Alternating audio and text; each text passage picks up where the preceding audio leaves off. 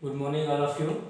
In this video, we will discuss about different organisms, different types of organisms which are placed under kingdom Monera. Already I told you, kingdom Monera includes all unicellular prokaryotes, and some of the unicellular prokaryotes are Archaebacteria and Eubacteria. Archaebacteria and Eubacteria. So Eubacteria, again, it has large number of subgroups. So subgroups like Cyanobacteria, Mycoplasma, Actinomycetes, Chlamydia, Rickettsia, and spirochetes. So these are the all Eubacteria. Eubacteria is also known as true bacteria. Eubacteria is also known as true bacteria. But in this chapter, we will discuss in details only for Cyanobacteria and Mycoplasma. So Actinomycetes, Chlamydia, Rickettsia, spirochetes, they are not in syllabus. That's why we will discuss about only Archaebacteria, Cyanobacteria and Mycoplasma. So these are the main organisms, unicellular prokaryotes, which are belongs to kingdom Monera. So firstly, we will discuss about Archaebacteria. So Archaebacteria is the most ancient living organisms. And Archaebacteria are also called, they are special bacteria. They are special bacteria due to presence of special cell wall and cell membrane. And the Archaebacteria differ from other bacteria in having special cell wall and cell membrane. In generally, the remaining members of kingdom Monera, the cell wall is made up of peptidoglycans. But here in Archaebacteria, the cell wall is made up of polysaccharides. The cell wall is made up of polysaccharides and cell membrane is made up of branched lipid chains. It is made up of branched lipid chains. So due to presence of special cell wall and special membrane, Archaebacteria can survive in extreme conditions like hot springs, high temperature, or marshy conditions, high saline conditions. So Archaebacteria can live in special conditions due to presence of special cell wall and special cell membrane. Accordingly, Archaebacteria is grouped into three categories. First one is methanogens. These Archaebacteria can live in marshy conditions.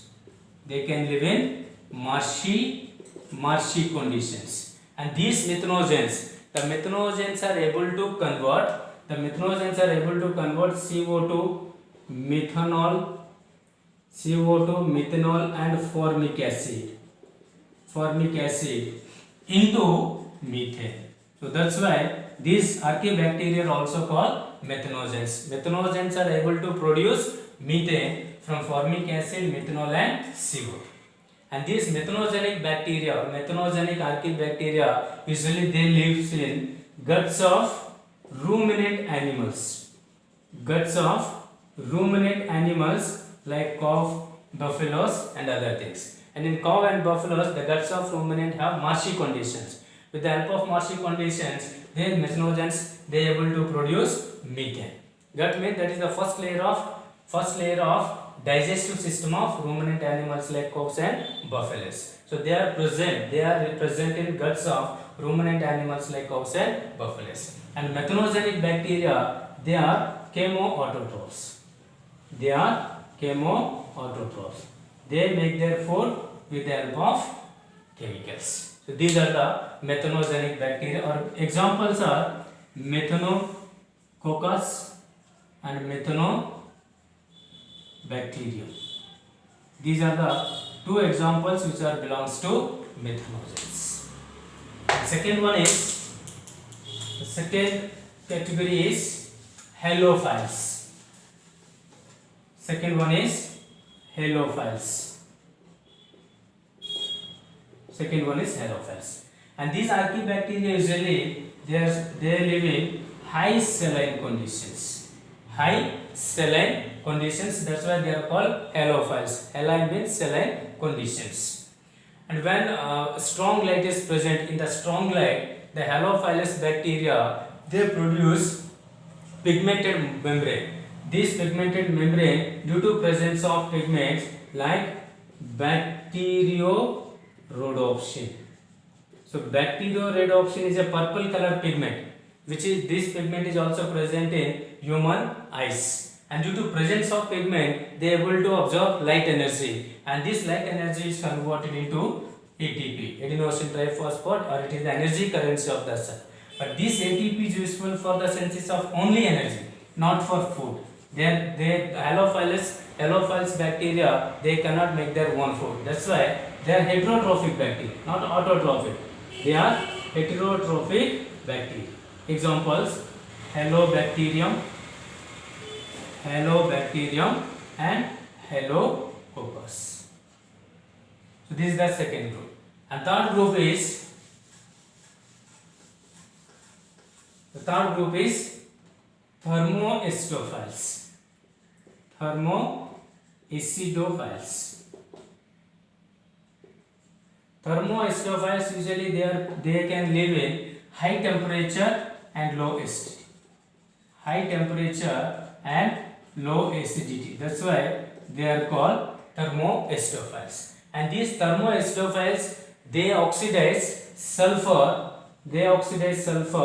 into sulfuric acid in the presence of oxygen or in aerobic conditions. That's why aerobic conditions. That's why the medium become high acidity due to conversion of sulfur into sulfuric acid. But in anaerobic conditions, the sulfuric acid convert to hydrogen sulfide.